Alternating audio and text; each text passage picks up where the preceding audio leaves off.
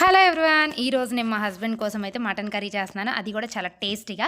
మీరు కూడా మీ హస్బెండ్ దగ్గర మార్కులు కొట్టేయాలంటే మటన్ కర్రీని ఇలా చేయండి. ఫస్ట్ మటన్ అయితే 2-3 సార్లు శుభ్రంగా కడిగి పక్కన పెట్టేసుకోవాలి. దాంట్లోకి సరిపడే కారము, సరిపడా ఉప్పు, కొంచెం పసుపు వేసుకోవాలి. దాంట్లోనే ఒక 2 స్పూన్ల పెరుగు కూడా వేసుకొని మంచిగా కలిపేసి ఒక అర్ధగంట సేపు దీన్ని పక్కన పెట్టేసుకోవాలి. తర్వాత కుక్కర్ గిన్నె తీసుకొని దాంట్లో కొంచెం ఆయిల్ వేసేసి 2 ఉల్లిపాయలు సన్నగా కట్ చేసి ఇలా గోల్డెన్ కలర్ వచ్చేంత వరకు వేపుకోవాలి. దీంట్లోకి 2 టమాటాలు కూడా కట్ చేసి వేసుకోవాలి. దీంట్లో కొంచెం పసుపు, ఉప్పు వేసి దీన్ని బాగా మగ్గనియాలి. ఇది మగ్గిన తర్వాత దీన్ని మిక్సీ గిన్నెలోకి తీసుకొని దీంట్లోకి అల్లం ముక్కలు, ఎల్లిపాయలు, 2 ఇలాచి, 2 లవంగాలు, కొంచెం దాల్చిన చెక్క, మీకు నచ్చితే జీడిపప్పు కూడా వేసుకొని మెత్తగా మిక్సీ బట్టి పక్కన పట్టేసుకోవాలి. అదే కుక్కర్ గిన్నెలోకి కొంచెం ఆయిల్ యాడ్ చేసి దాంట్లో మనం కలిపెట్టుకున్న మటన్ వేసి ఒక 2 నిమిషాలు మగ్గనిచ్చిన తర్వాత మనం పట్టి పెట్టుకున్న ఈ మసాలా ఉంటుంది కదా, అది కూడా దీంట్లో వేసేసి ఇంకా వాటర్ సరిపడా పోసేసి మంచిగా ఉడకనిచ్చిన తర్వాత ధనియాల పొడి, కొత్తిమీర వేసి దించుకున్నారంటే సూపర్ ఉంటుంది. మీ హస్బెండ్ లొట్టలు వేసుకుంటూ తింటారు.